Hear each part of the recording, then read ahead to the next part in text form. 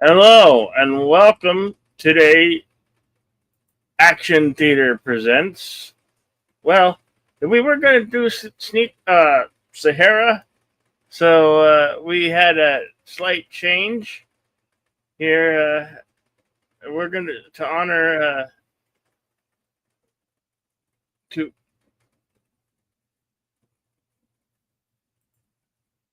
to honor the late Robert Redford. We're going to play sneakers. This one's got some celebrities. Oh no, I did that. My fault. Sorry. you did what? Admin messed up. Oh, in the theater? Is that Yeah, what you did? that was me. Sorry. I was like, well, what happened? I had it all ready and something went off. Okay. Sorry.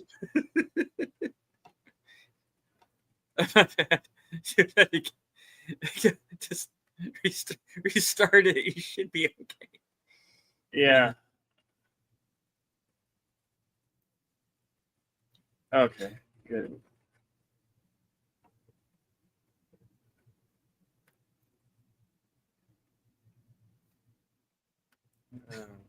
All right. In any case, uh, sorry. Good afternoon, ladies and gentlemen out there in YouTube land. I am the co-host for the moment. Probably soon to be fired producer and co-host. Deleted scenes. Today's movie is Sneakers from 1992. Um, to honor the late legendary Robert Redford. Um, as Bill said, quite a cast involved with this film, including Dan Aykroyd, Vic River Phoenix, Sidney Poitier, David Strathairn, and James Earl Jones, Timothy Busfield, Donald Logue. There's a lot of familiar faces show up in this movie.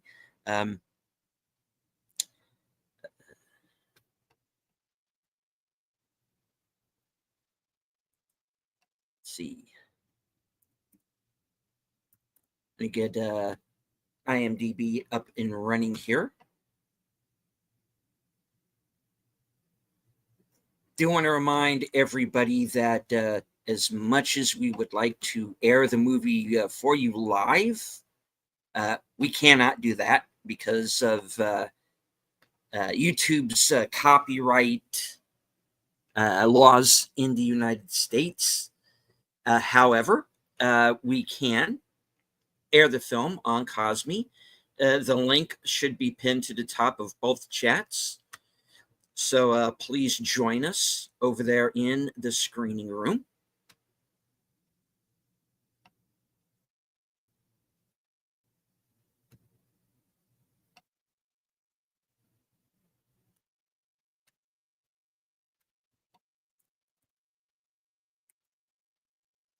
Okay, let's try this again. All right. Okay. All right. A little bit of backstory here on Sneakers. Security Pro finds his past returning to haunt him when he and his unique team are tasked with retrieving a particular important item. This comes to us from the director Phil Alden Robinson, who is the director of Field of Dreams, and from the writers Lawrence Lasker and Walter F. Parks, who wrote War Games. So, yeah. Some familiar faces in front of and behind the camera for this one. So hope that you all enjoy the film. Okay. Well, let's just get on with the show, shall we? I'm gonna hit play with the Universal logo.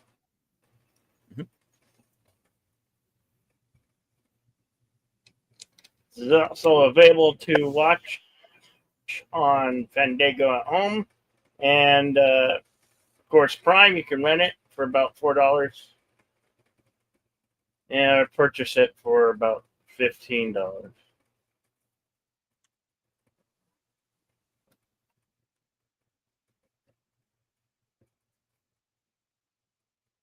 As much as we'd like to Of course, the show that here on YouTube, we are restricted by YouTube and copyright laws. So you're here expecting the film to be here. I'm sorry it won't be here. You'll have to find your own copy or find it on whatever streaming platforms or rent it. It's also probably available to watch on rent on YouTube. YouTube has a lot of movies like that. and of course is available on physical media. Story opens December 1969. Yeah. With some blues playing in the background.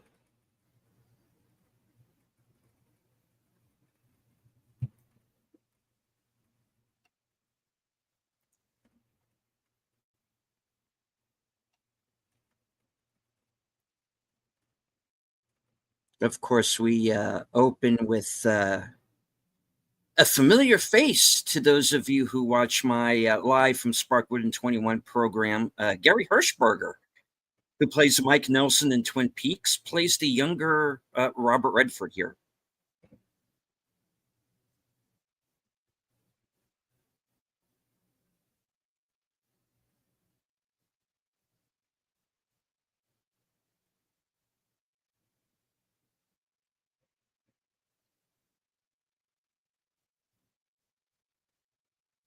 This film has really got a really outstanding cast. You got Ben Kingsley, Robert Redford, the late great River Phoenix, the late great James Earl Jones.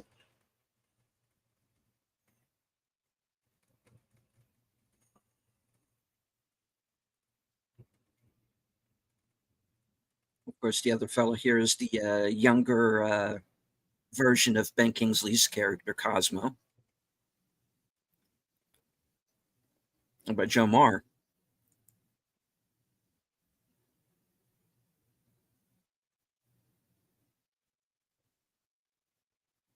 Kind of looks like David Paymer a little bit. Mm-hmm.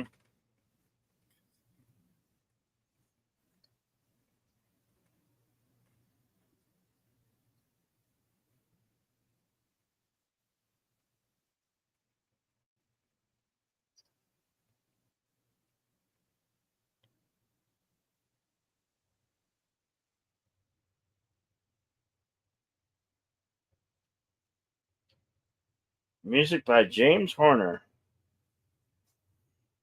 who's done so many scores. Mm-hmm.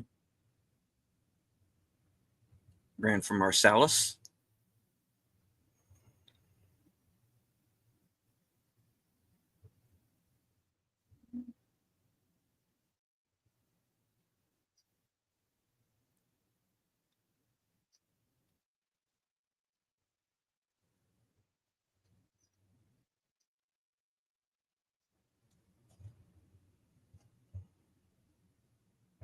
Uh-oh.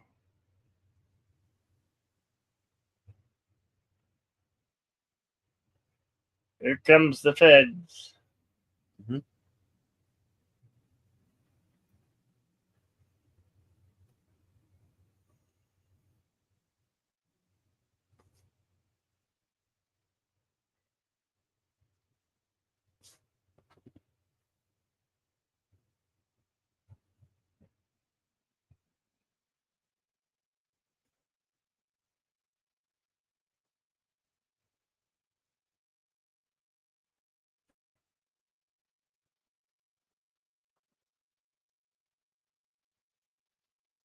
Cosmo is captured and Marty runs off into the night.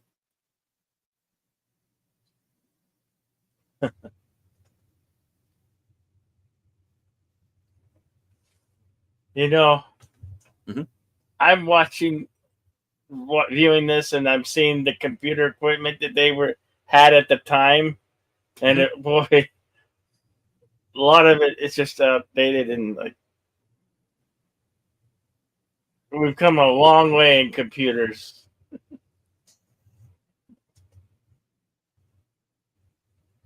And at the beginning here, we're kind of led to believe that this is a heist.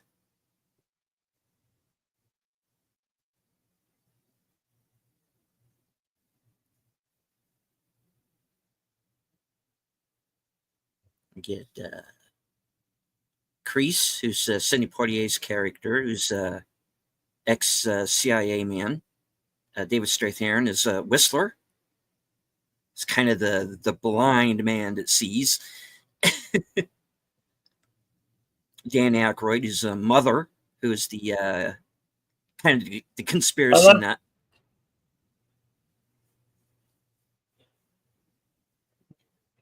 I love it. Well, he's like, but he's kind of played a part of himself. You He know, kind of is, yeah.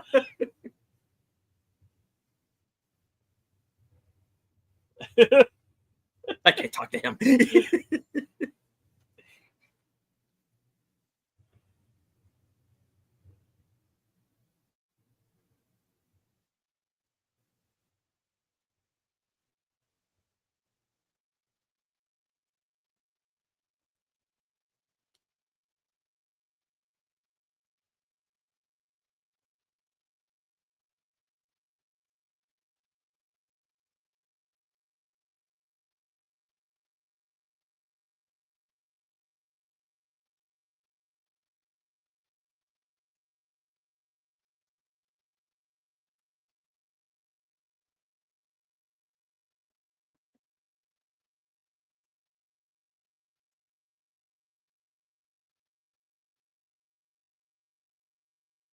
there at the Lake Great River, Phoenix.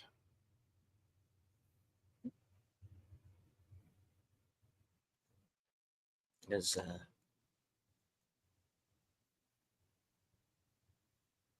Carl, their kind of inside man, I guess you could say.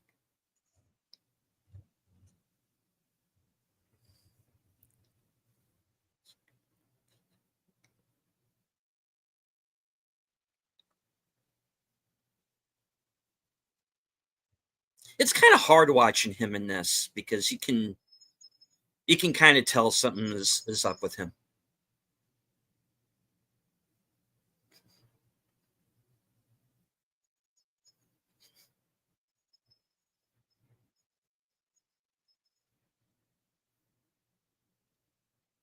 Because you have this security guard doesn't quite sure what he's doing, of course, and Marty's down.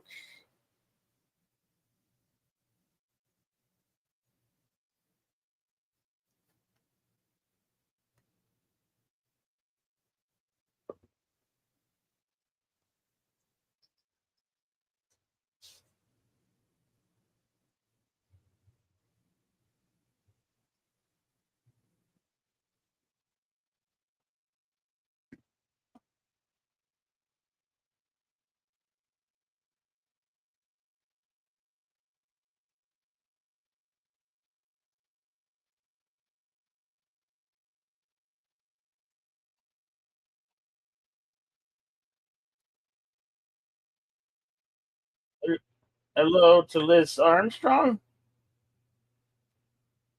Friday morning in Northeast Australia.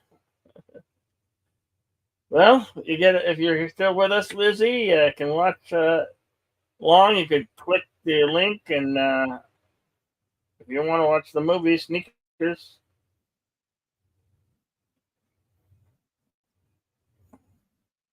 oh, okay. Hello to Vincent DeLeon.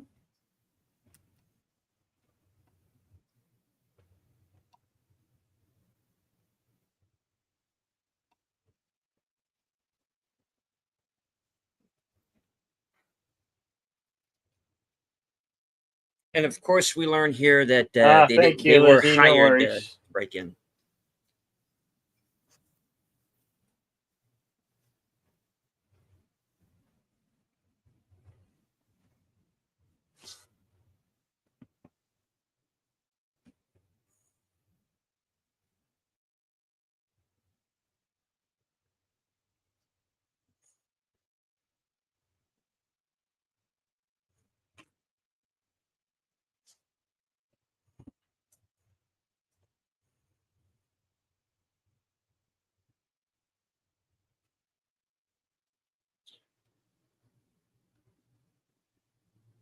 Hey, lady, who are you judging?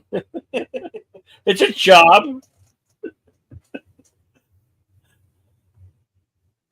Tell me it's not a good one. Well, he's got to pay all the other guys too, so Yeah. pie only gets cut up so small.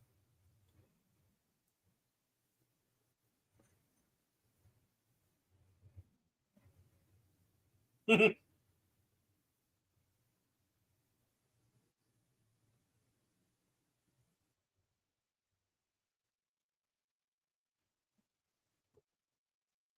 course, here we get our inciting incident, as they say.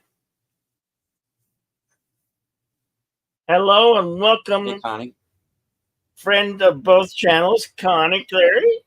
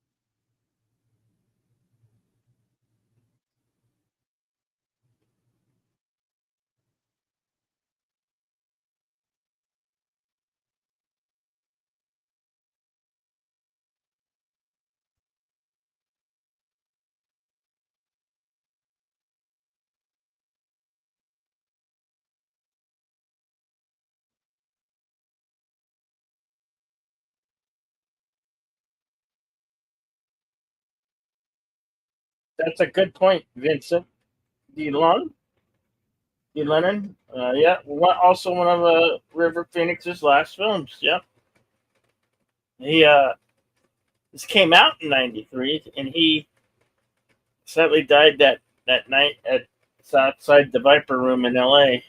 in '93.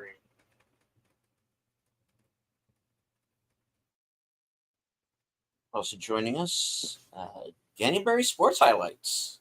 Giving a shout out to the Buffalo Bills. Right on.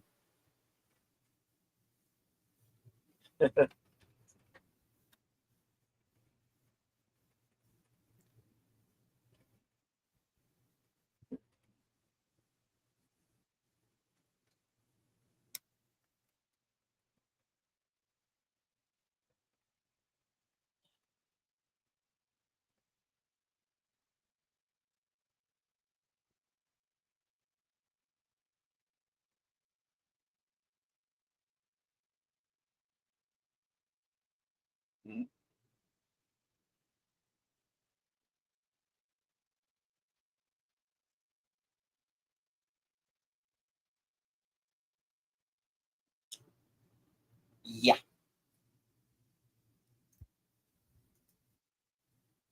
The past has caught up with you, sir.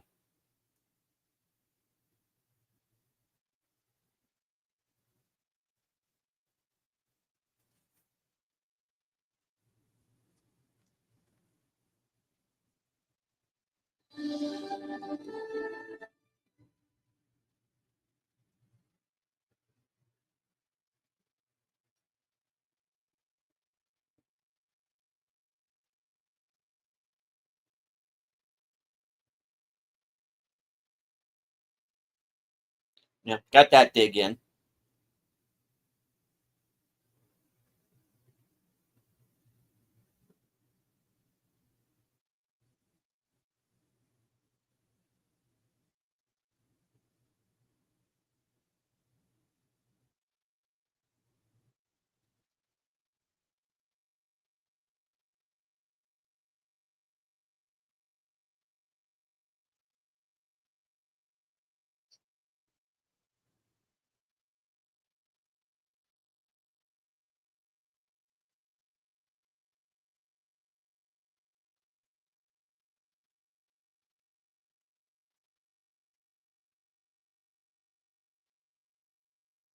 Welcome, Yusan G. A little bit late, but made it. Yeah. Um, we are 16 minutes, 35 seconds into the film.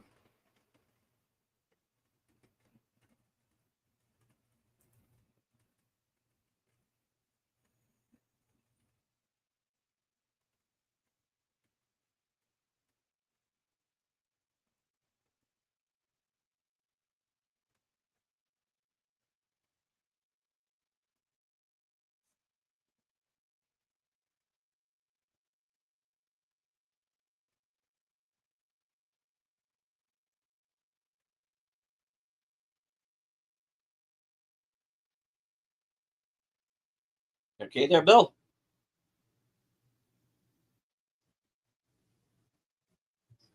Uh, yeah, I think I think Connie, you have your mic on the Cosme room.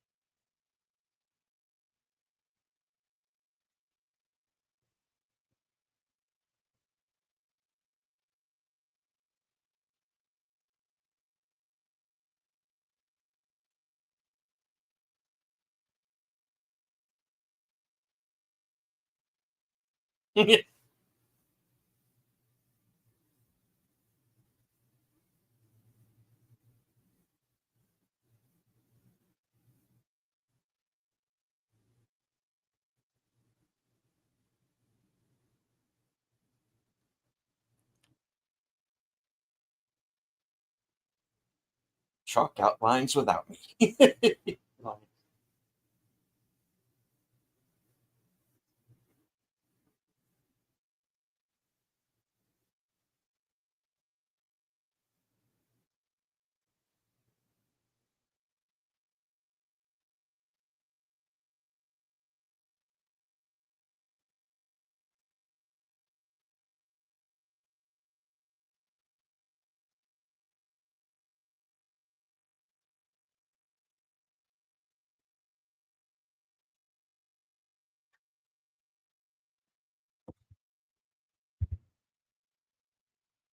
Meanwhile, back at X-Men HQ,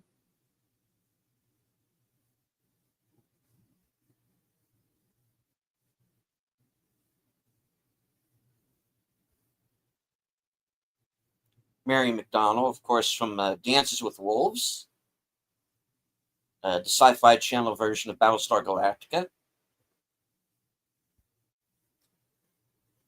and ER. No, not the ER from NBC that was on for 20 years. The comedy ER with Elliot Gould that was on CBS. That also had George Clooney in it, ironically.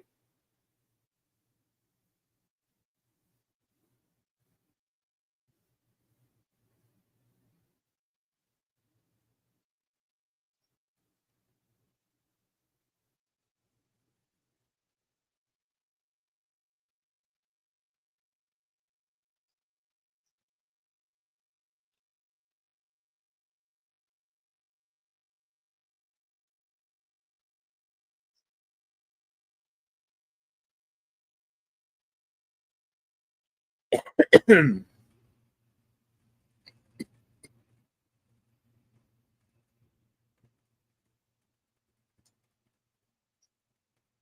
might recognize her. She was in Dances with Wolves, Stands with Fists.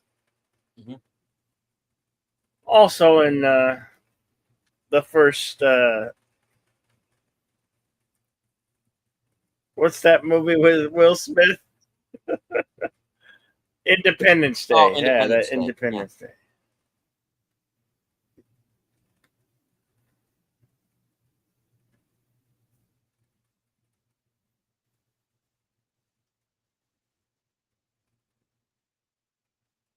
Yeah. Independence Day.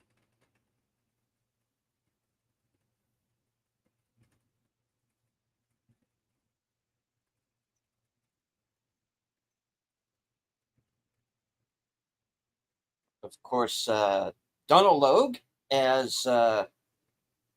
Gunther Janik. Of course, many credits, including the first Blade, Gettysburg. Of course, was Yeah. Bullock in Gotham, Sons of Anarchy, many, many others.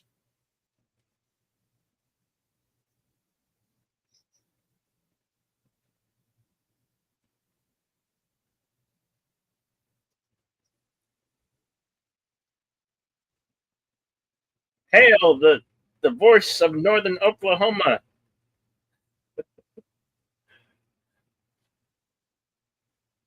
Curtis, Curtis, Curtis, Hey, Shelby, Curtis. Shelby. We are 22 minutes, 30 seconds into Sneakers, our tribute to Robert Redford.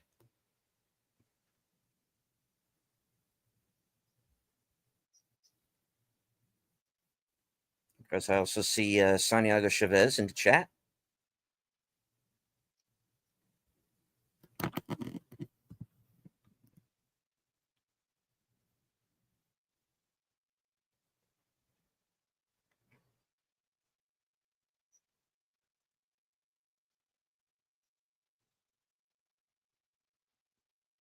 George Hearn is Gregor. He's a character actor.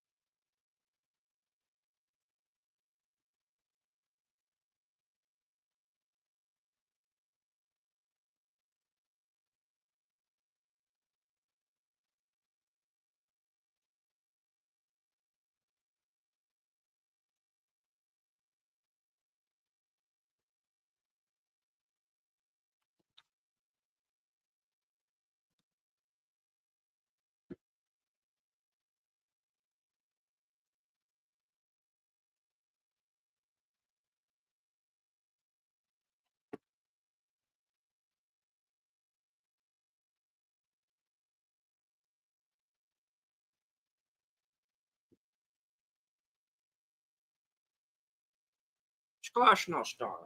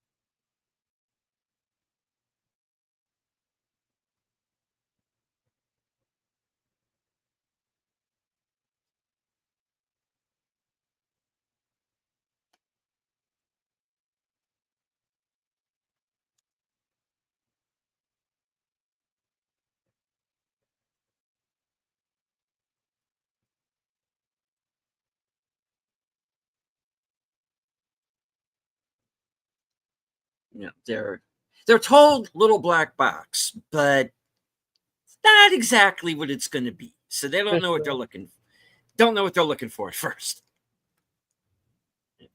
Yeah.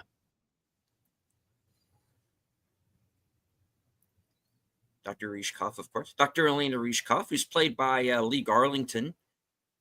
If you remember Cobra, she's the evil, corrupt police officer who's involved with the bad guys. Hinch lady. Yep.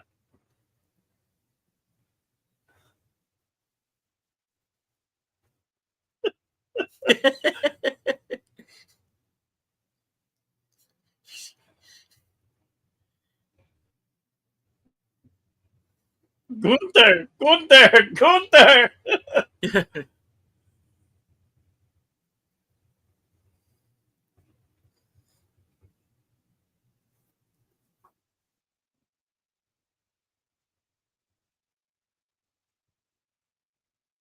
Oh, there's something obstructing the view.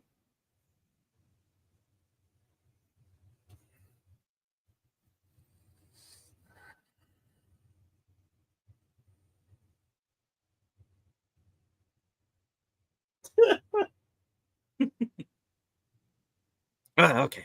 I think you can take a break. Yeah. Okay.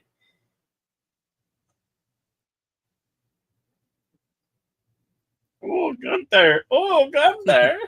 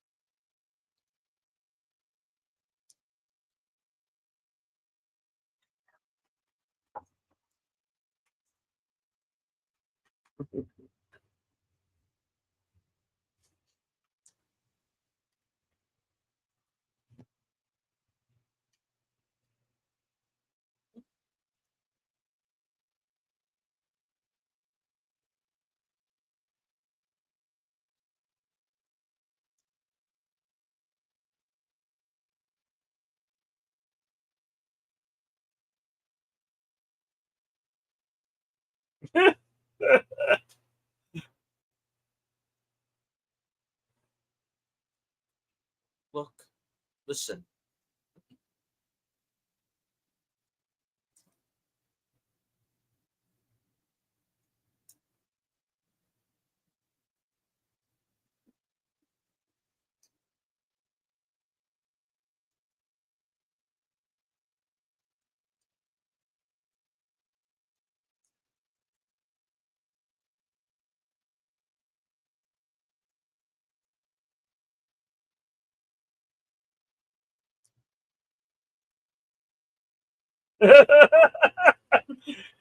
Probably conspiracy about the faking of the moon landings.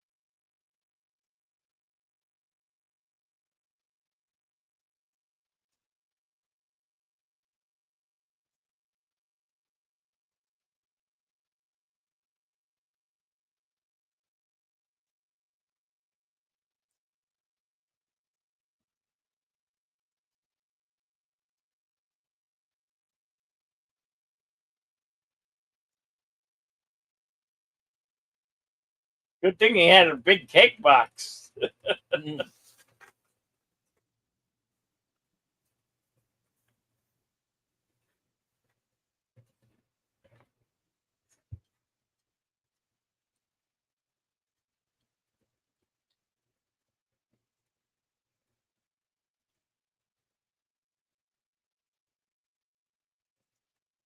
Well, at least it's not Steranko. That's for your leverage fans out there.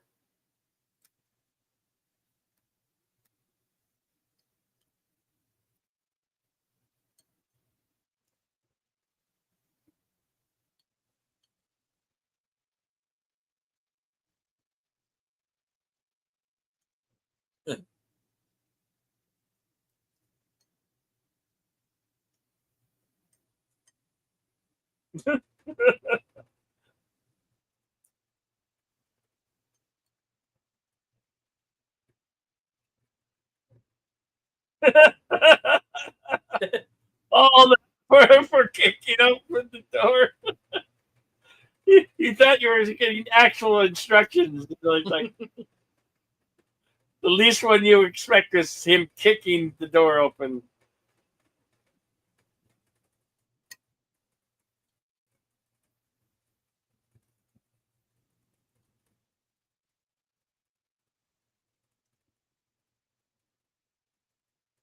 The electronic device with the weird electronic chips. Whoops. Good they're not here.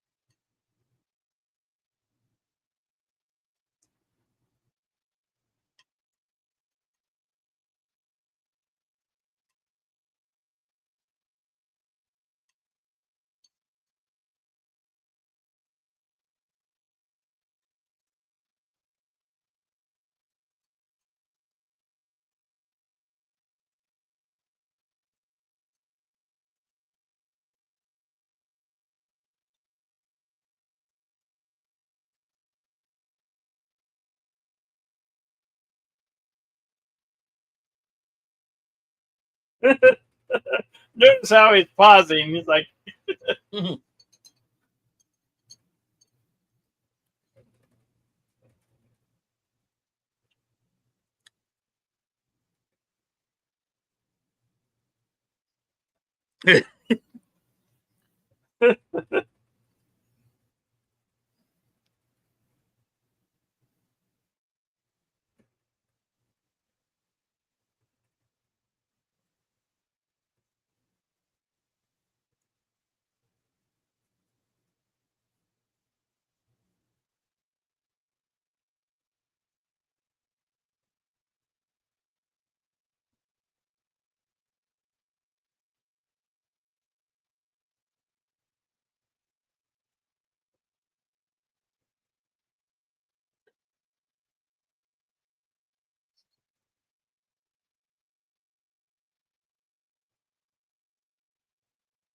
You know, give him hit anytime he wants.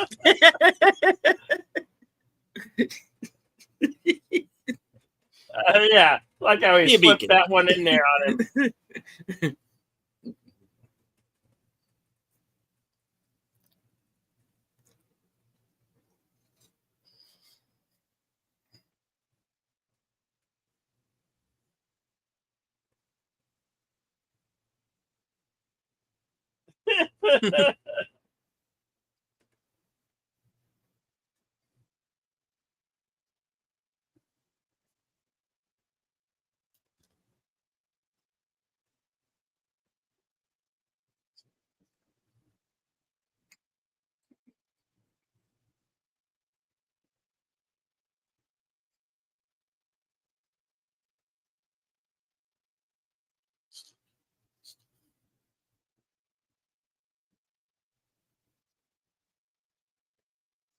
And sequence.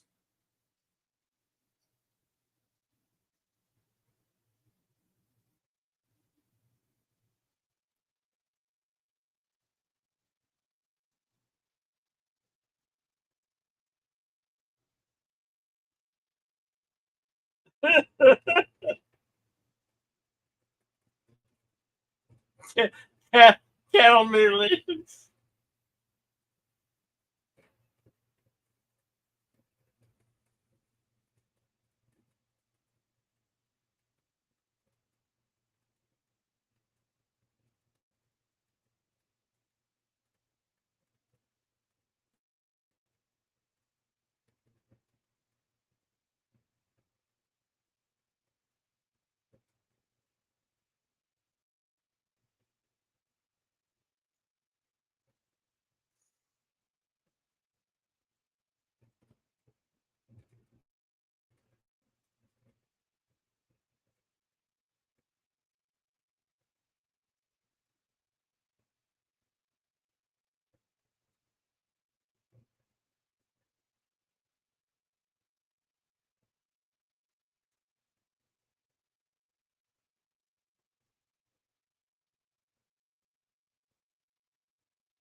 This will come up later.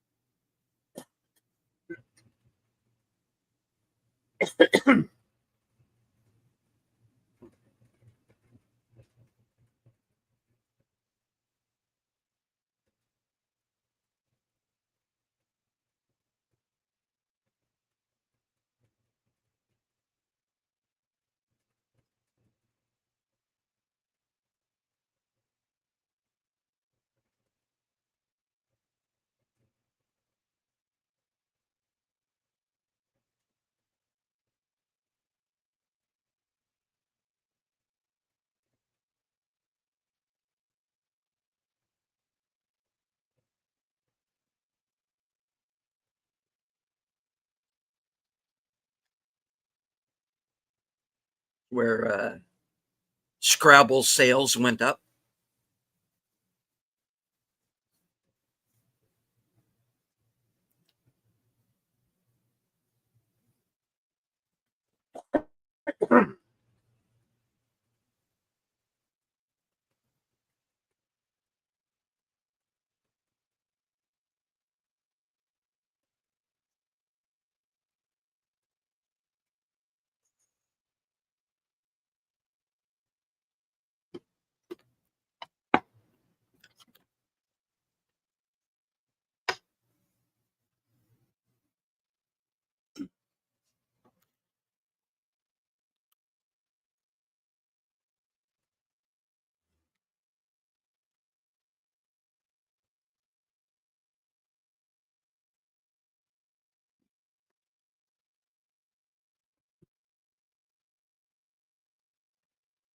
Narc.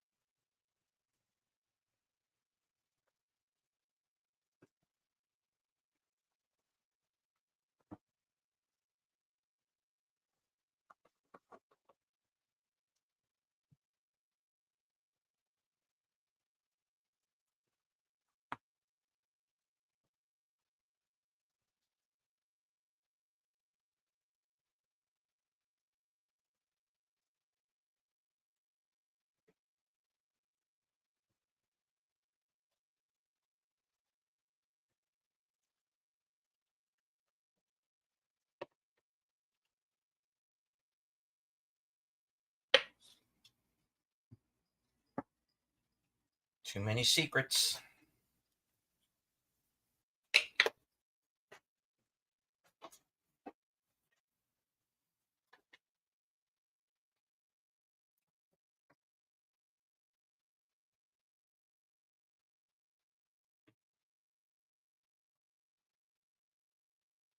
These are black hat hackers.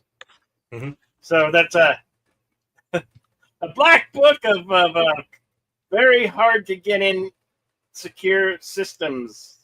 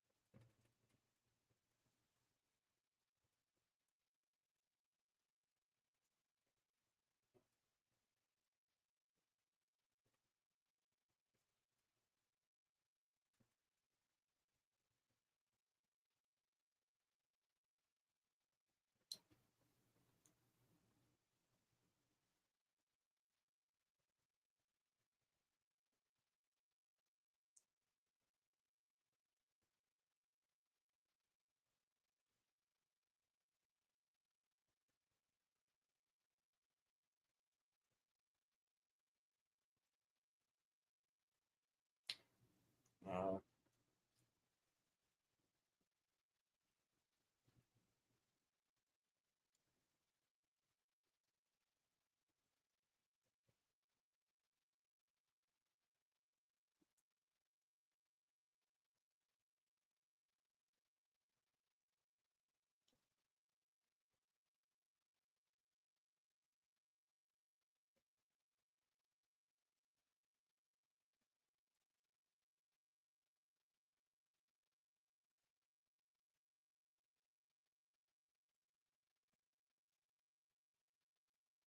oh God, no! Nobody wants to crash no passenger jets. You nuts, man!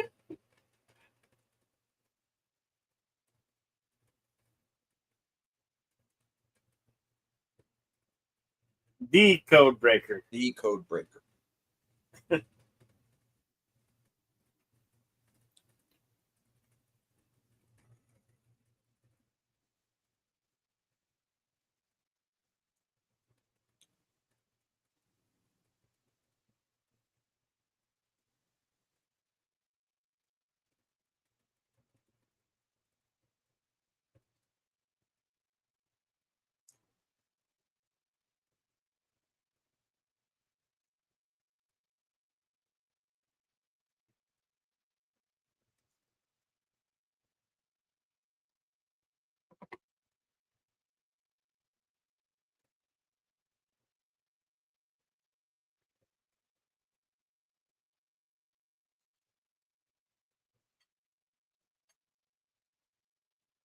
Yeah.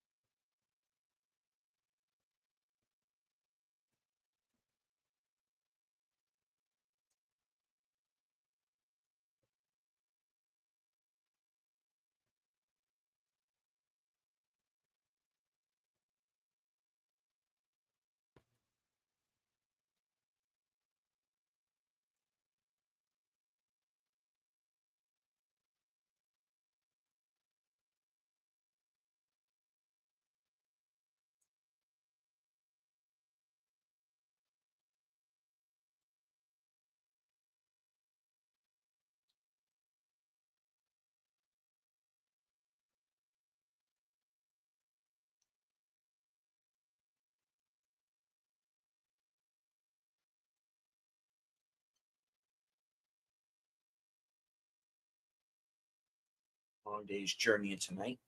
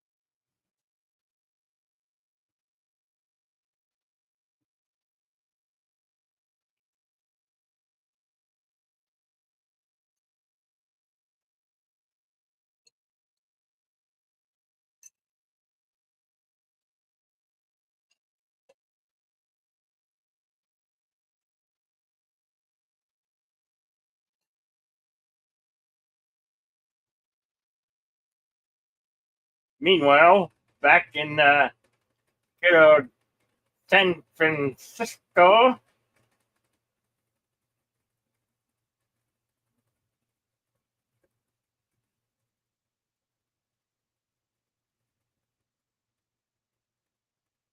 Timestamp 50 minutes.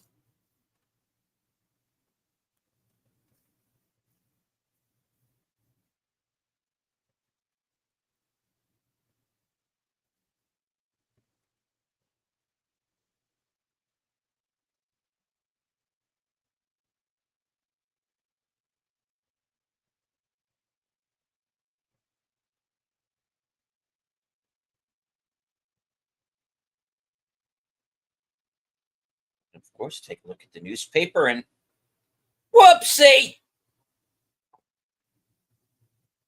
Alarm! yeah, I don't think these guys are NSA. I don't think they are. It's your mother.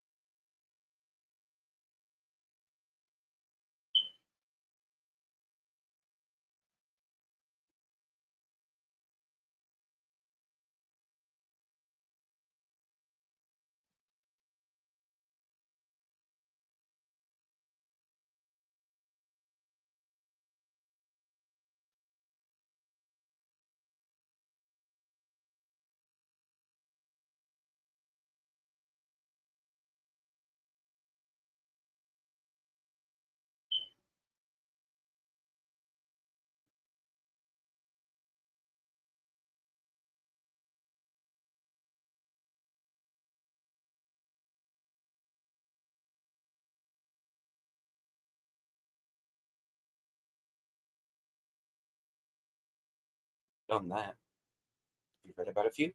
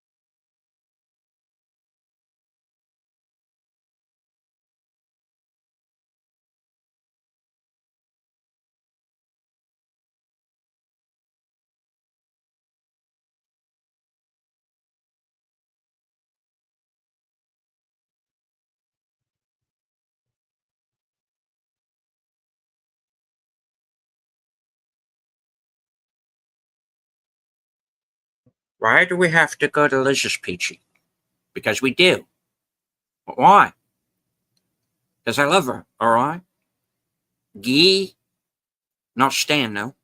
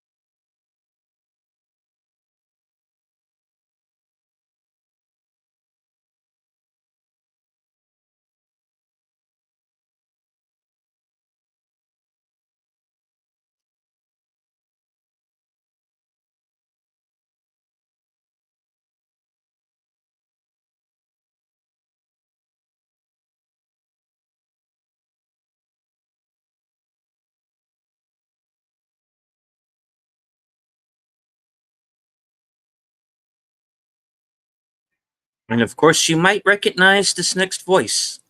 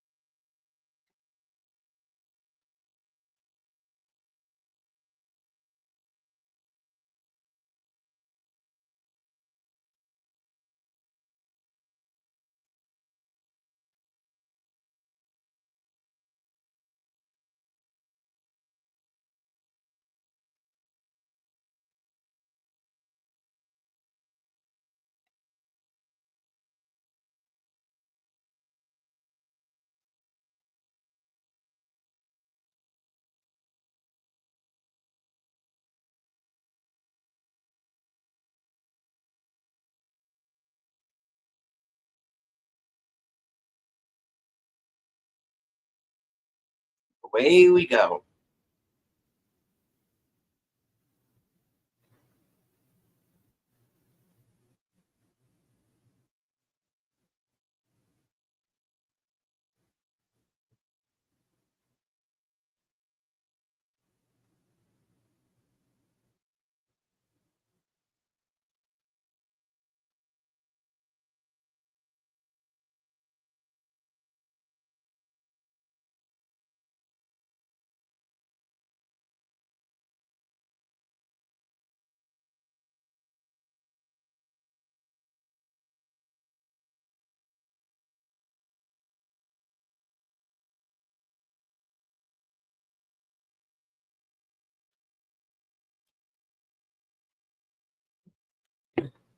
Yeah.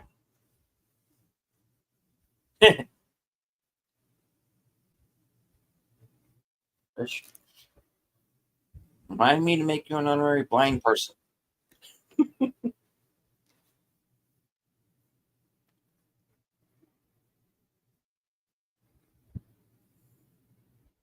It's the geese. Oh, gooses. Is that goose cooked yet?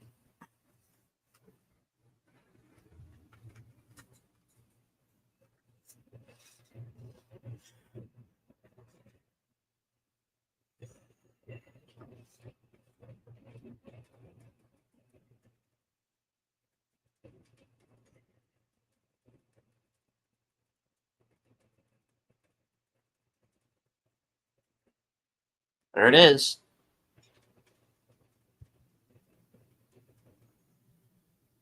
Bad Guy HQ.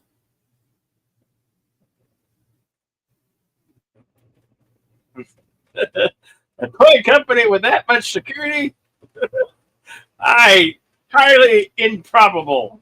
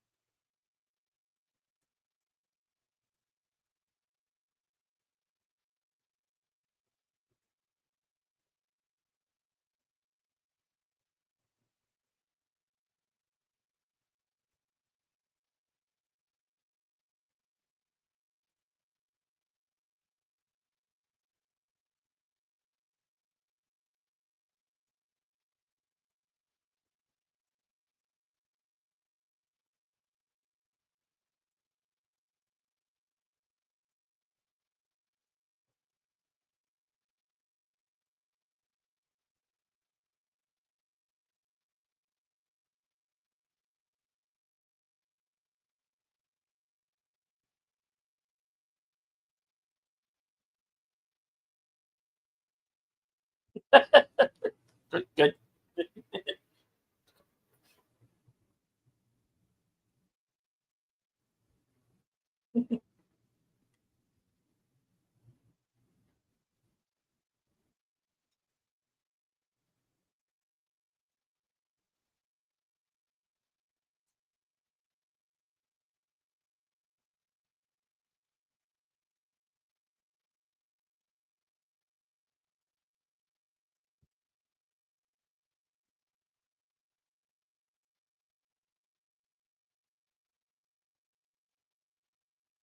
No access denied. Shall we play a game?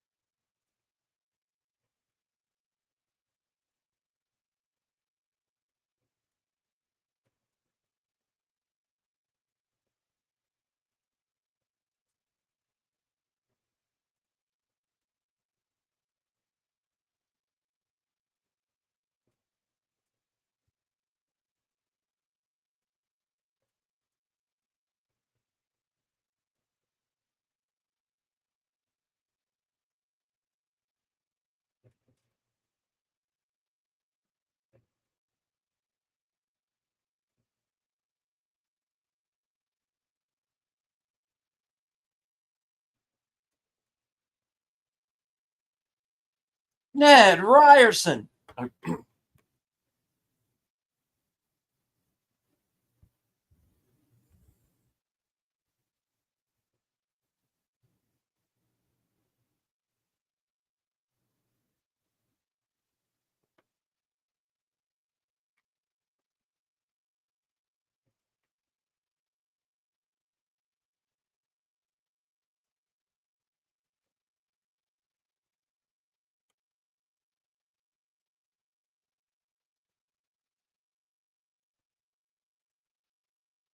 Nice house.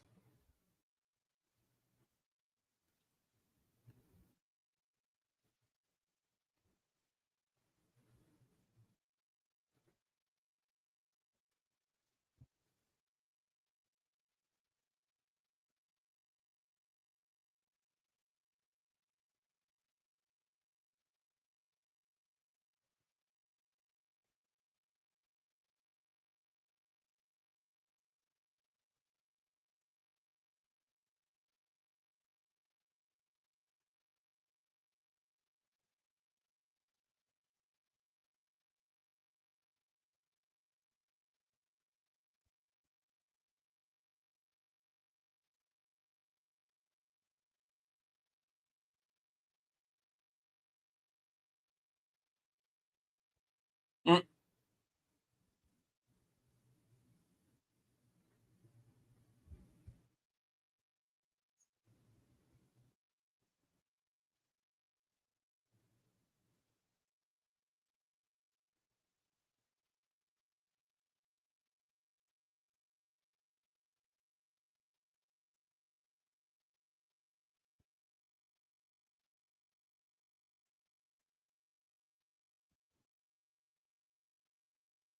And if the guy singing there is familiar, that was the bad guy in Rambo 2.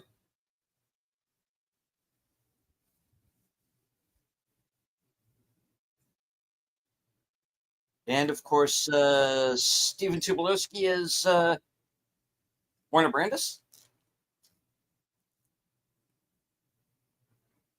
Of course, Groundhog Day, Single White Female, many other movies.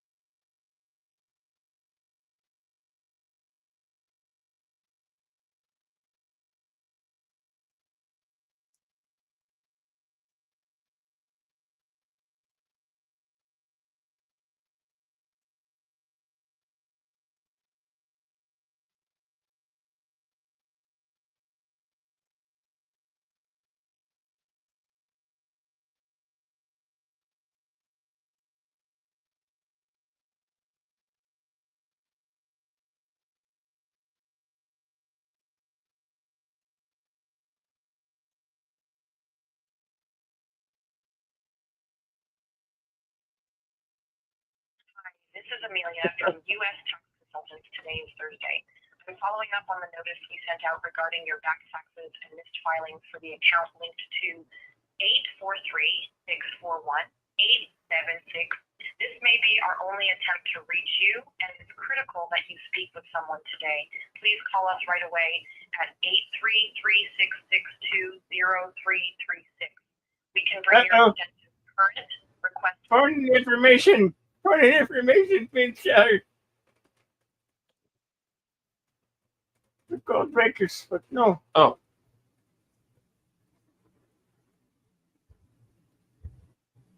Uh,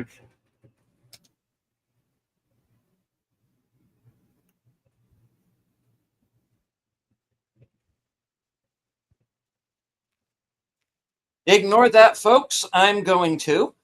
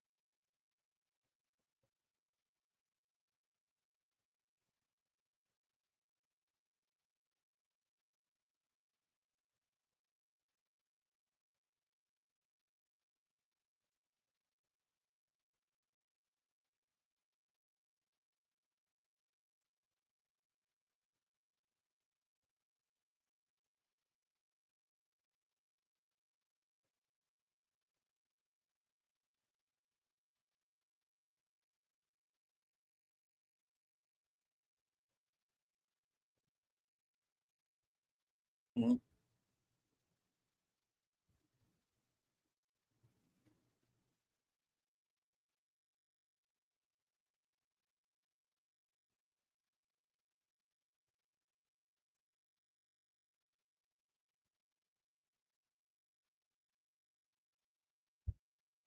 Our little mole is in.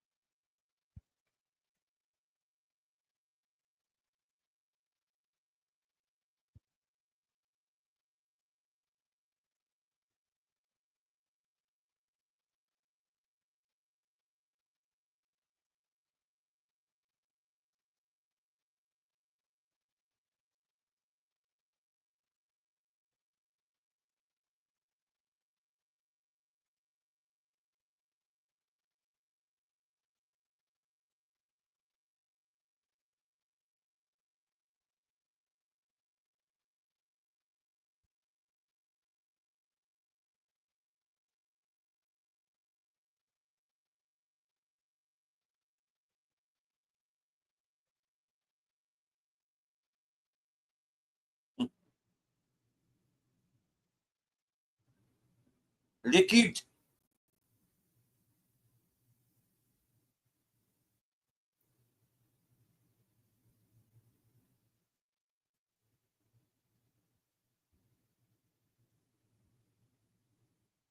River Phoenix. Die Hard.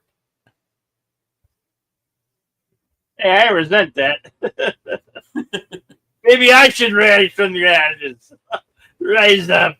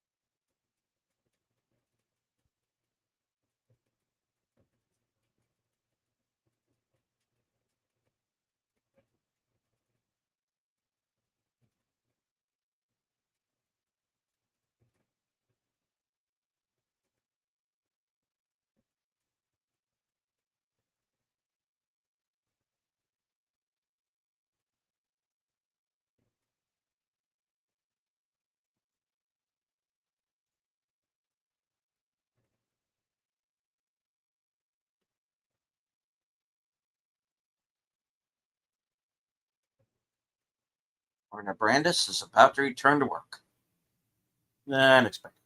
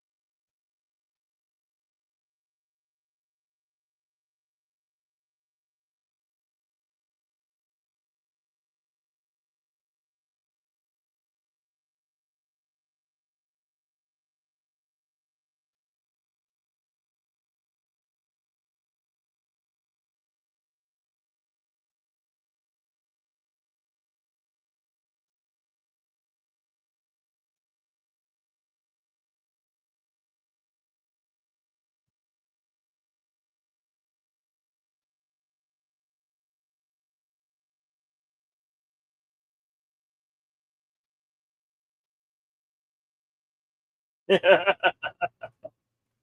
still alive.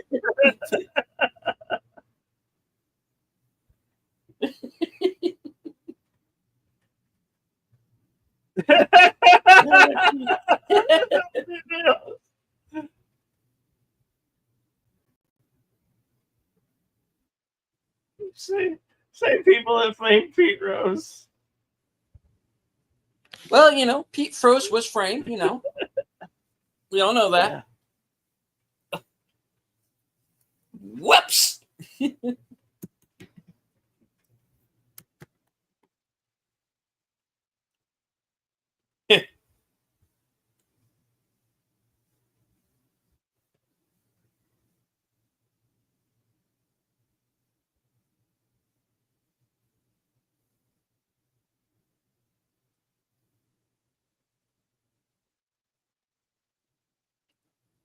Kami di box, I so easy read.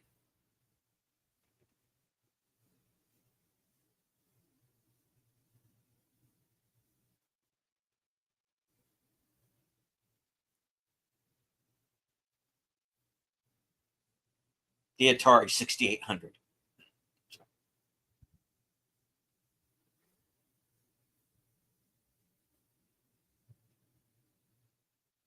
Could have been.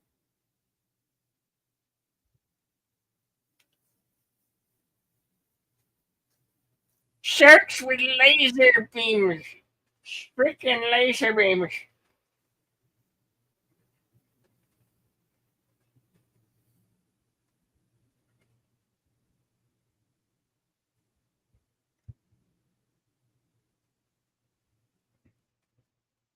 Sharks with laser beams on the head.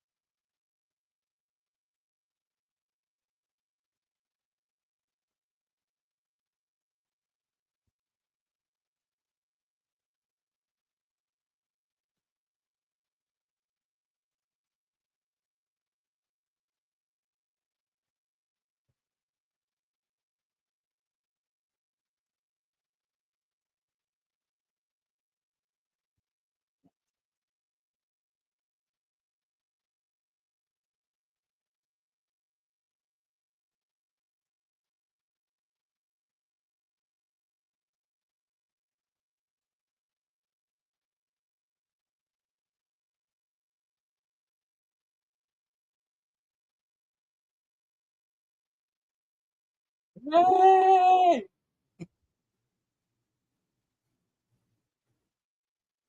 It's on.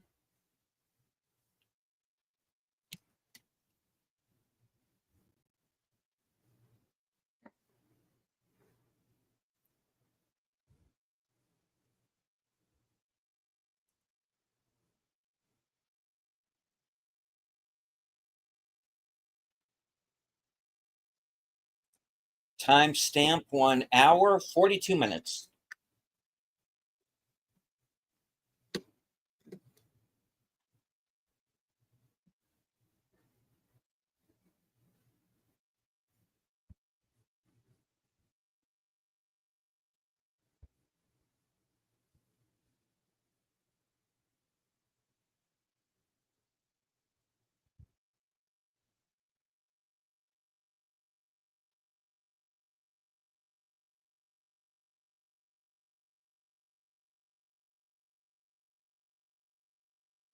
Where am I supposed to go?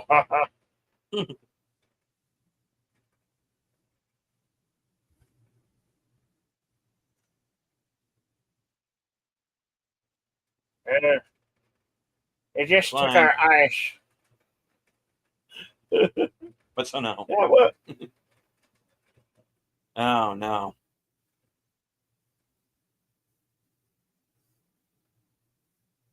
The,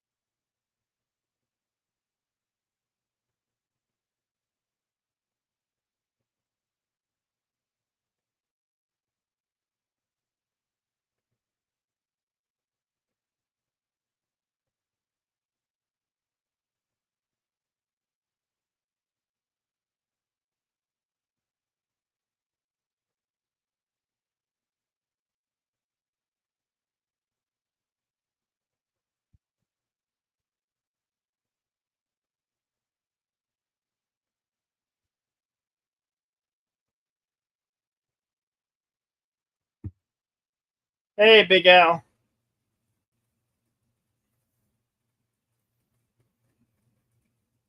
Yeah.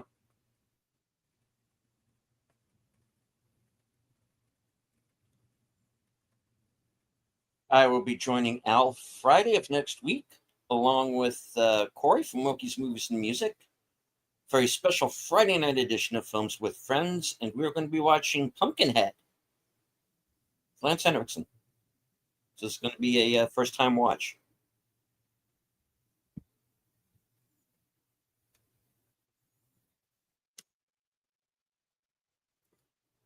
We are 1 hour, 45 minutes in sneakers.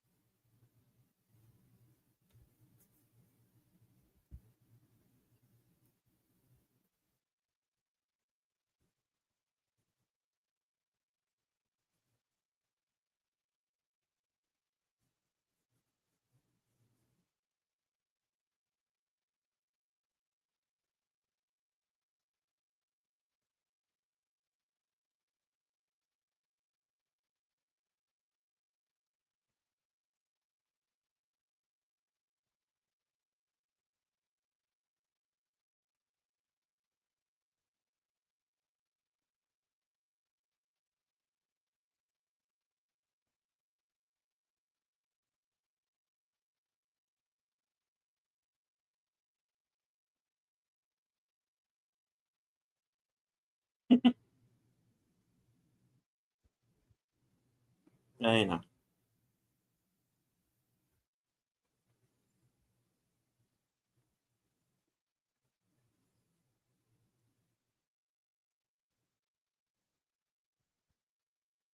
Yeah, this is why he's so angry in Sexy Beast.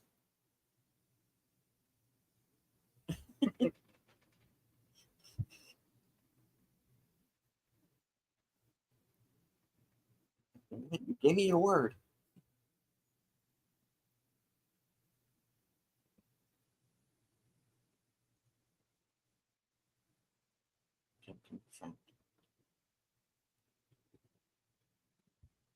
You're my friend. Jeez.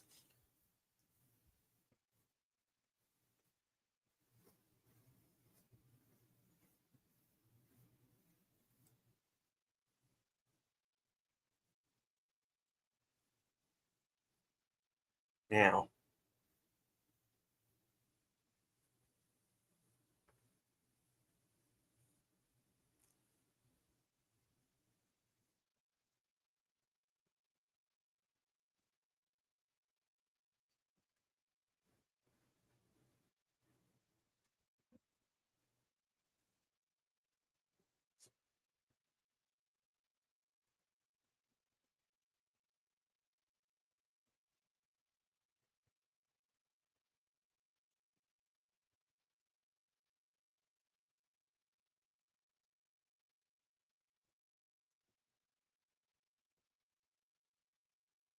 Yeah. Blam.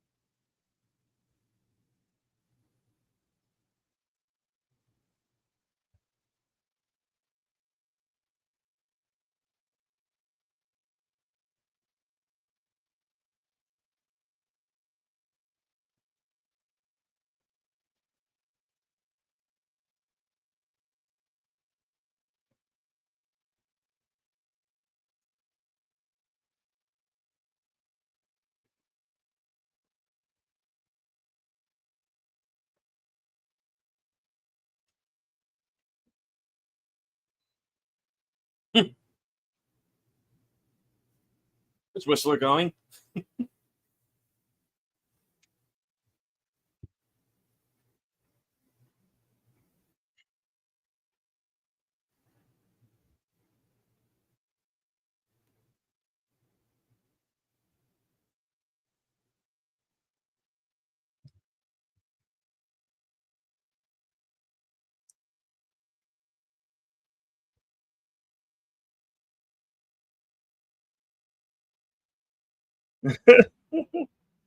I'm a blind man and I'm driving.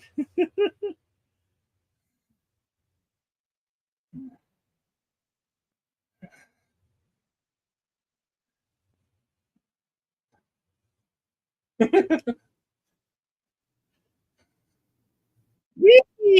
still say that. No, you're right. Right. Uh, Oh, Never mind. that was a parked car. Yeah, you're okay. You're almost in a tank.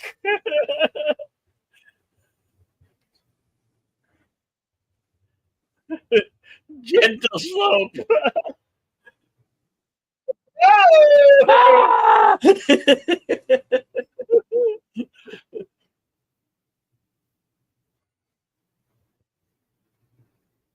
Four, three. Oh, Yeah.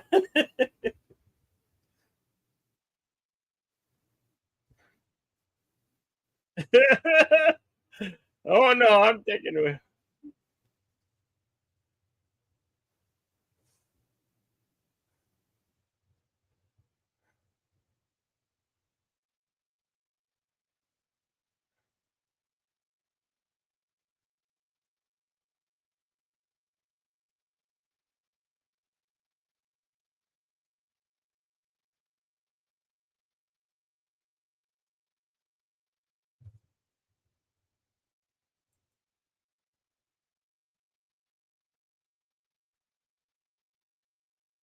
it.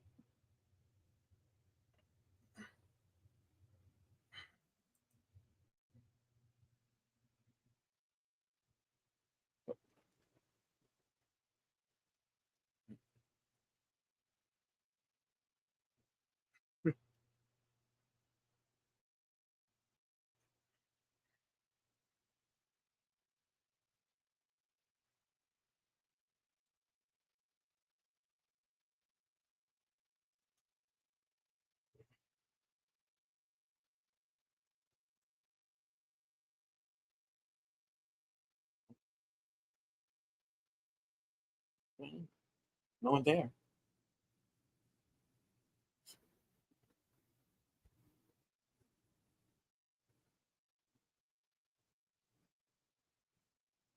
Then the aliens will show up and eat all of the data. Oh, wait.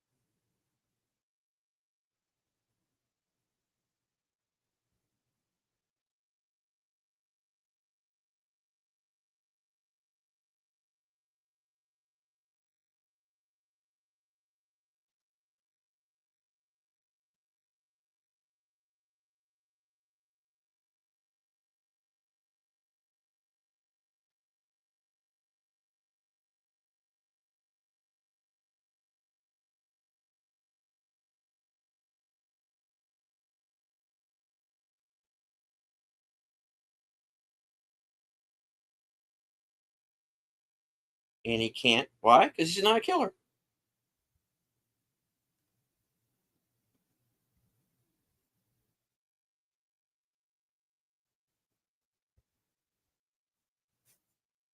Trying to be, but he isn't. Yeah, look at that empty. The old switcheroo. Yep.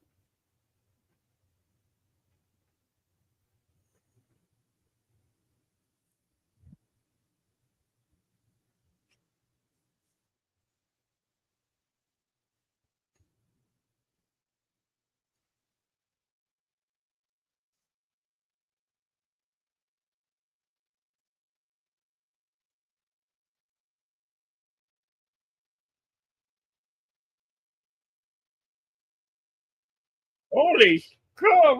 Who are these guys? Mm.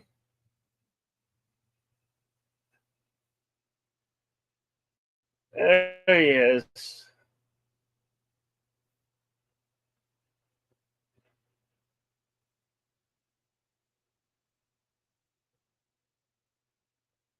I'm your father.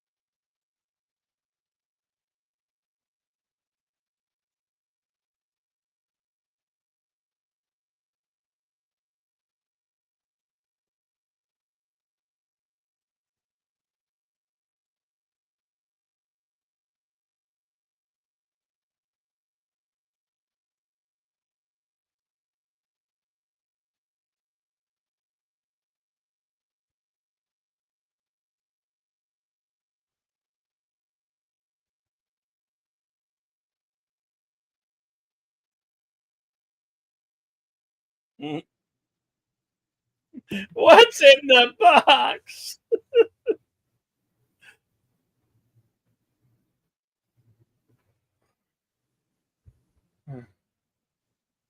He wants a Winnebago, damn it.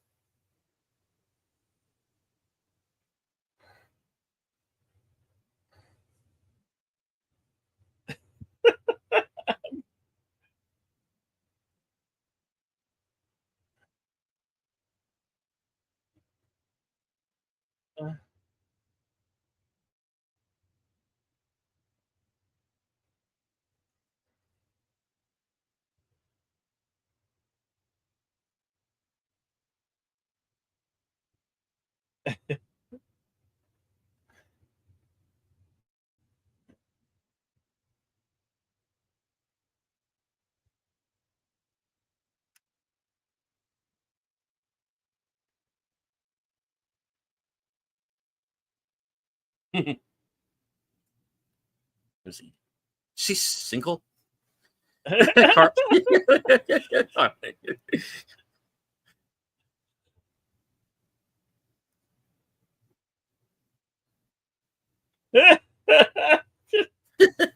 Right?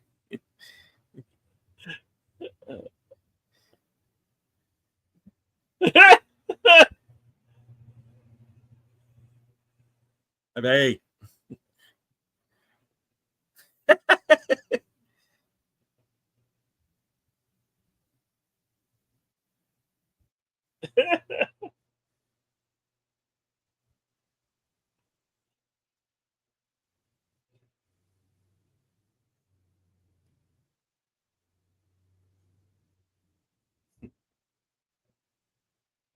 I'm going to be sick.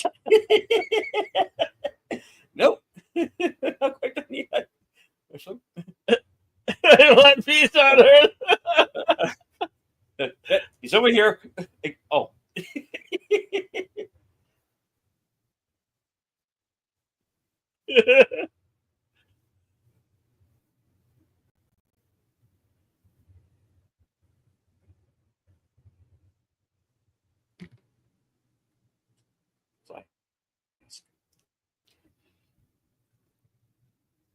I'll be chasing that Bourne fella later.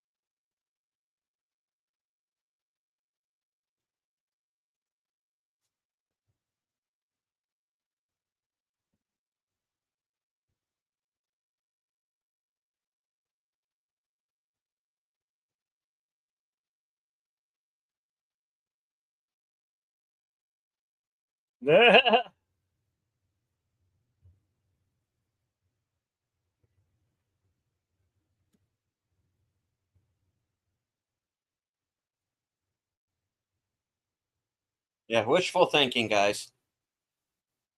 On your account.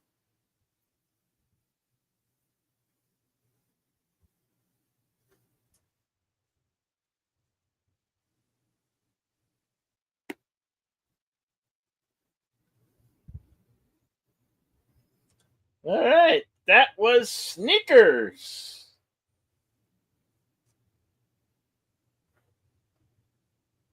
Is there any scrolls? Have I consult the scrolls? Would you like to consult the scrolls? All right. This is actually kind of apropos.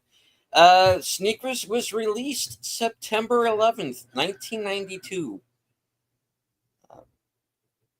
Estimated budget of 23 million.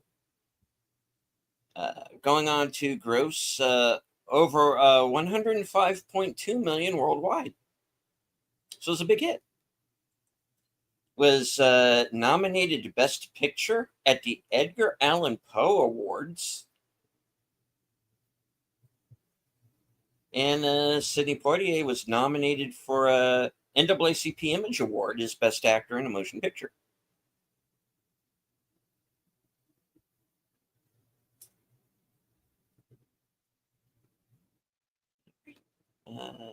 Scroll down.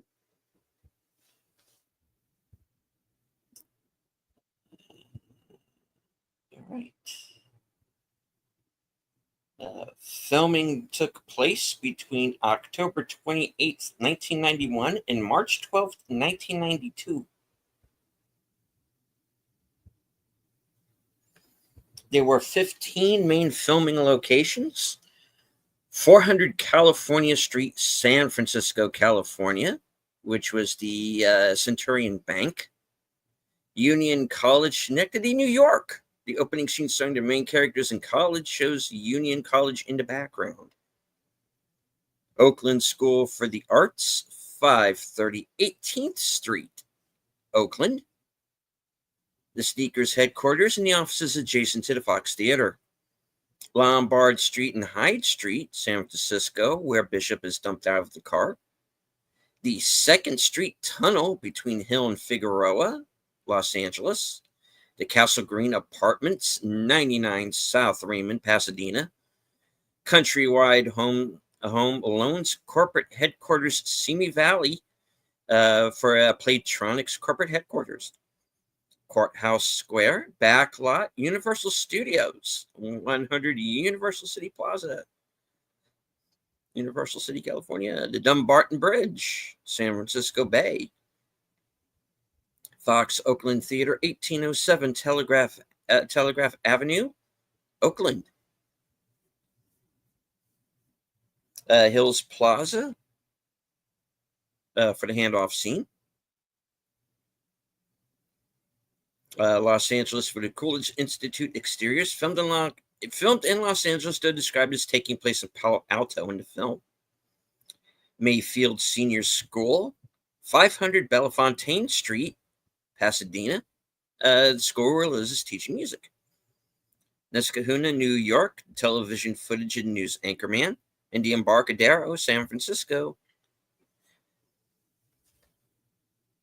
All right. Moving on to the trivia, Dan Aykroyd wears a t-shirt bearing the name Alexis Attic, a band formed by River Phoenix. Mother wears a t-shirt from the Kingston, Ontario-based band The Tragically Hip, who Dan Aykroyd loves and promotes. He had them as his musical guests on an episode of Saturday Night Live that he hosted. The access code entered at the beginning of the movie ends in 1138, most likely in reference to George Lucas's first movie, THX 1138.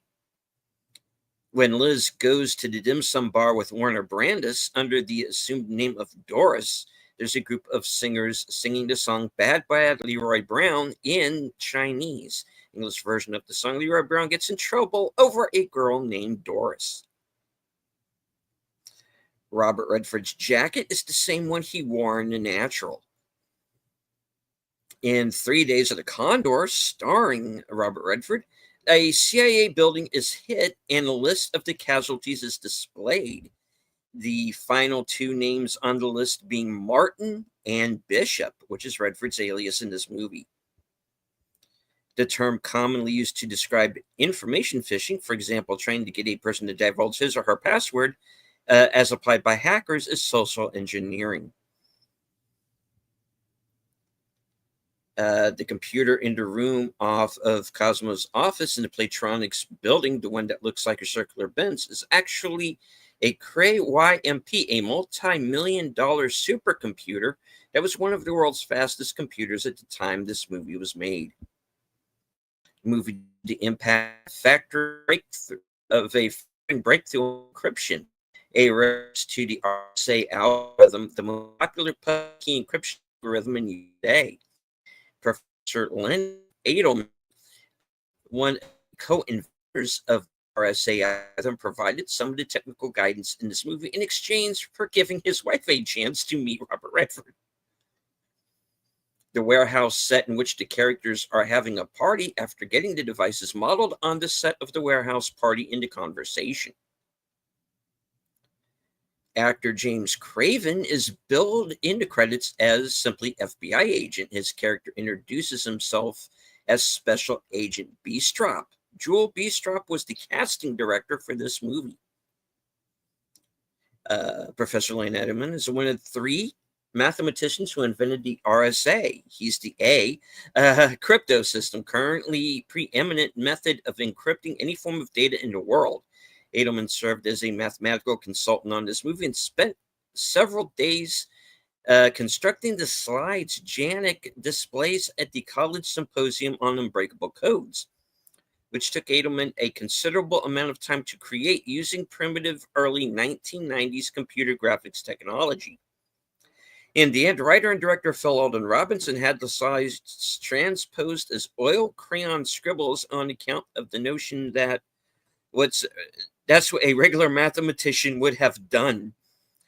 Edelman later remarked that this was indeed true. and what he would have done, and would have saved him days if only he'd known.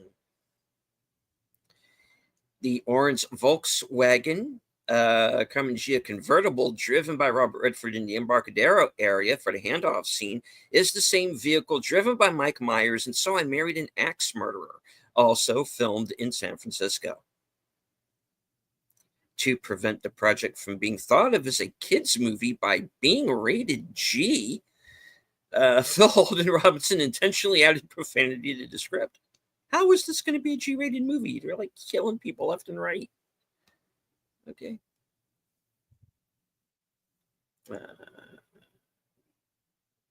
Hold on. Bernard Abbott was named after Robert Abbott, a charismatic technical consultant for this movie. In addition to being about the same age and complexion as Jones, Bob designed the first time-sharing multi-user operating system for the Control Data Corporation, CDC 6600, the predecessor to the Cray YMP seen in the movie. It's also often referred to as the father of information security by seasoned veterans of the computing industry. While picking through Dr. Brandis's trash, Mother holds up a folded box of Captain Crunch. In the 1970s, Captain Crunch came with a small whistle inside the box. A phone phreaker called Captain Crunch, John Draper, discovered that this whistle could be used to get free phone calls, one of many components in the practice of phone phreaking. The same it says, folks, which digital phone switching systems has made almost totally obsolete.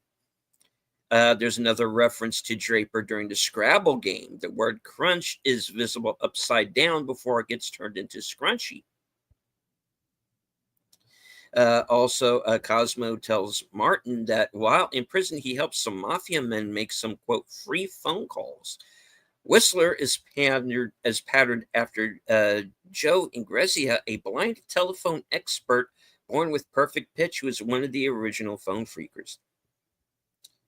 Writer and director Phil Alden Robinson once did an internship at WRGB TV in Niskahuna, New York, as a favor. He has former WRGB news anchor Ernie Tetreault cast as the news anchor in this movie. James Earl Jones, David Strathairn, and Mary McDonnell appeared in Matewan. Very good movie. I highly recommend that. James Earl Jones, Timothy Busfield, and Lee Garlington appeared in Phil Alden Robinson's Field of Dreams. Also worth a recommend. The fictional Coolidge Institute, located in Palo Alto, California, is a reference to the Hoover Institute on the Stanford campus of Palo Alto. However, the Hoover Institute is more of a political policy think tank, and Stanford's SRI is more similar in its nature. In 2012, the online magazine Slate published a series of articles about this movie commemorating the 20th anniversary of its release. These included a piece by Stephen Tobolowsky in which he said, "I can't remember having so much fun on a movie." In an article he wrote for Slate in 2012, Tobolowsky also recalled that while shooting on the Universal Studios lot, he saw Robert Redford and James Earl Jones pass unnoticed in front of a tour bus. Dozens of tourists instead snapped photos of inanimate attractions such as the bike from E.T. and the shark from Jaws. When Whistler and Mother break into the air traffic control computer, the map displayed is part of the actual airspace above the San Francisco Bay Area. Groups of 5 letters are airspace fixes, and groups of 3 are airports.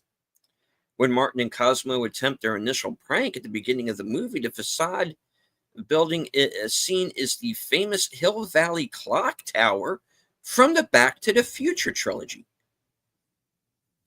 Once they have identified Janek's little black box in his office, Mother is fitting Bishop with a hidden microphone and earpiece while in the van. Mother praises the quality of the microphone and observes that it is, quote, the same one that NASA used when they faked the Apollo moon landings.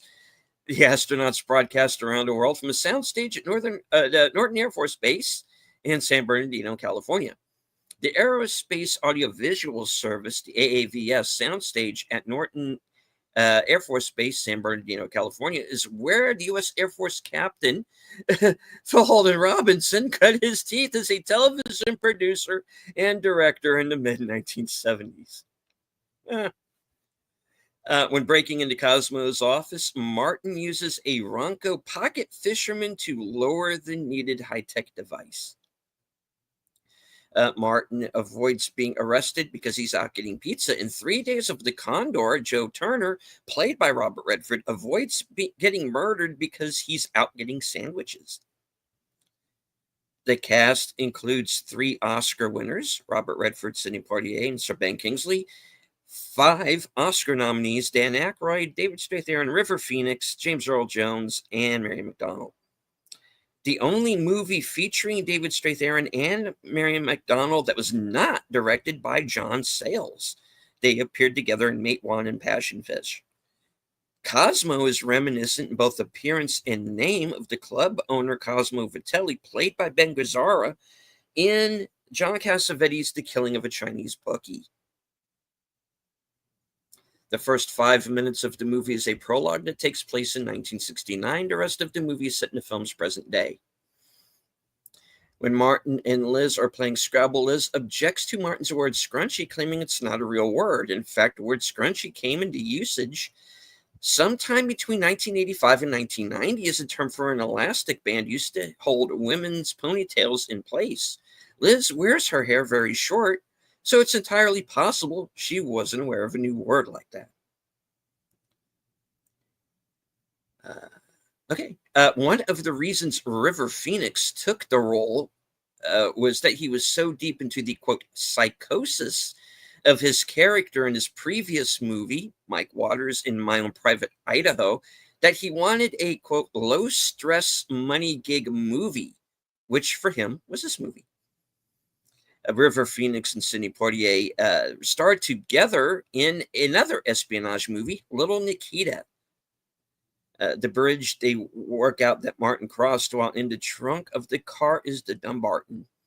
This was the first credited role of Donald Logue in a theatrical film. The robot dog owned by Dr. Brandis is named Pooch, probably named after Stephen Tobolowsky's infamous real dog, mentioned in his podcast, The Tobolowsky Files.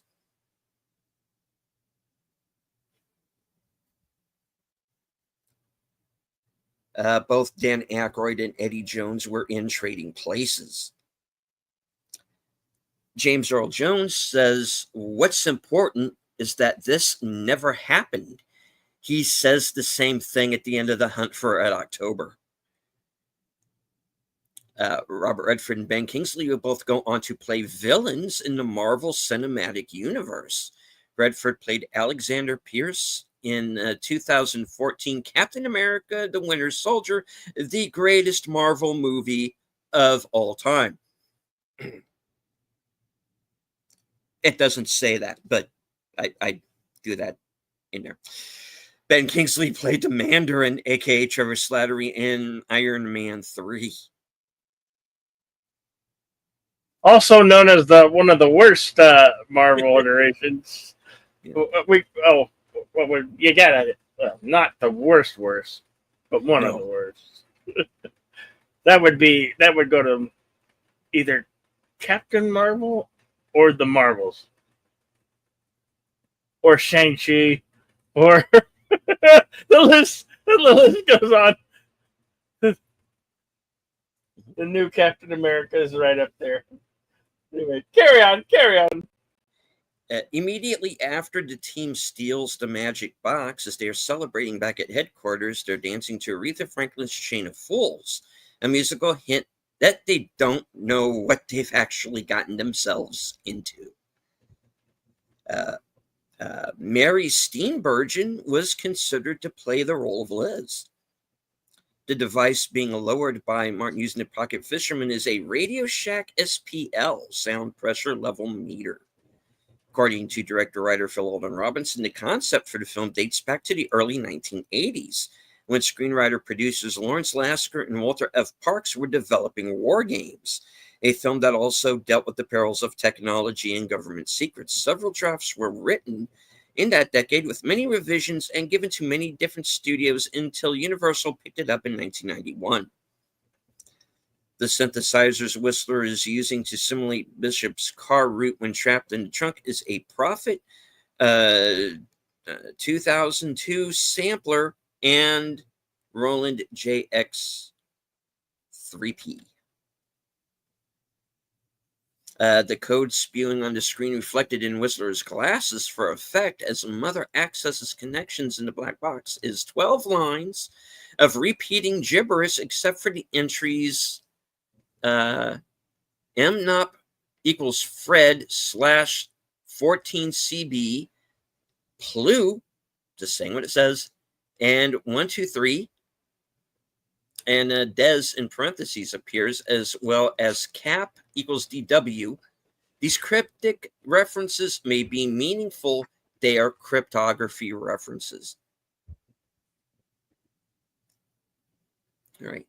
In the movie Blindfold, Rock Hudson's character's kidnappers drive him past a lake with a gaggle of geese nearby. He later thinks this was the sound of the guests at a cocktail party until he retraces his route and discovers the actual source of the sounds. This idea was borrowed by Phil Alden Robinson when Martin is kidnapped blindfolded and also thinks the sound of the geese he passed were people at a cocktail party.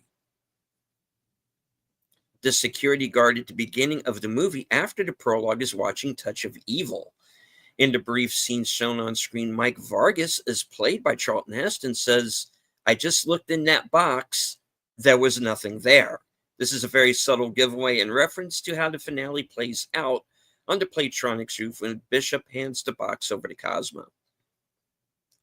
An important line in this movie is "too many secrets." The same line is repeated twice by John Lithgow at the end of the Manhattan Project, expressing a similar sentiment about government control of science and technology. Oh, we'll be doing the Manhattan Project at some point. Oh, I'm sure. Yeah.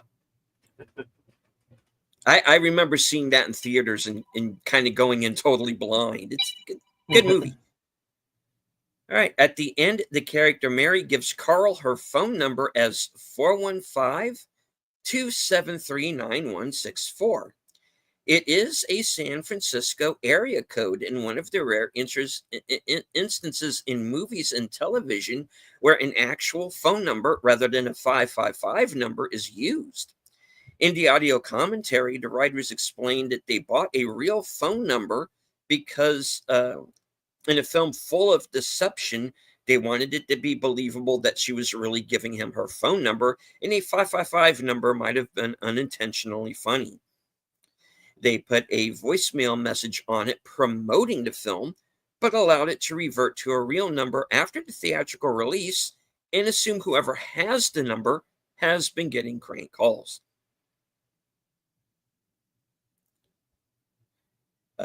Robert Redford appeared in The Sting, Best Picture the year I was born, 1973, with Robert Earl Jones, who is James Earl Jones' father. All right, when James Earl Jones comes to claim the mystery box at the end of the movie, Robert Redford threatens to give the story to the newspapers if he doesn't get his identity cleared by the federal government. In 3 Days of the Condor, Redford's character delivers his story about the CIA involvement in killings to the New York Times. To which Cliff Robertson responds with, "But will they print it?" Yeah, good movie. Cosmo is alerted to Martin's plot because he believes it is improbable that a computer would match Liz with Warner. Internet dating has since proved that this was actually exceedingly probable. All right. All right. Well, that's all I got for sneakers. The scrolls are closed? The scrolls are indeed closed, sir. Oh, okay. Well, next week we'll be back here, same time, same Pratt and Ronan channels, and we're going to do what we were going to do this week, Sahara with Matthew McConaughey and Steve Zahn and Penelope Cruz. Yeah. Thank you all who showed up here today or dropped by to give us a like. Curtis Shelby, Big Al Presents, Connie Clary, the Bird Woman of YouTube, Lizzie Armstrong, Usam G, the voice of Northern Oklahoma, Curtis Shelby, Daniel Berry Sports Highlights, Vincent D. Linnon. Thank you all for being here, and we appreciate you very much. Without you guys, this show would not be possible. So remember to give it a thumbs up, come back and leave us a comment. Always remember to be excellent to each other. Party on. We'll see you on the next one. All right. Well, I would also like to thank everyone who joined us both here in the live chat in Cosme. Those of you who were lurking in the background, because I know there were some, thank you for watching. Hope that you enjoyed the movie. As I said earlier in the show, as much as we would have liked to have shown this movie to you live, due to YouTube's copyright constraints here in the good old US of A, we were not able to do that, but the film is available actually for free on YouTube, believe it or not, even though we can't show it. It is also on Fandango at home. I believe it is also currently on, I believe, also Amazon. And of course, is available on physical media, which we would advise. I actually still have the old DVD from back in the day around here somewhere. I got to pull it out and find it again.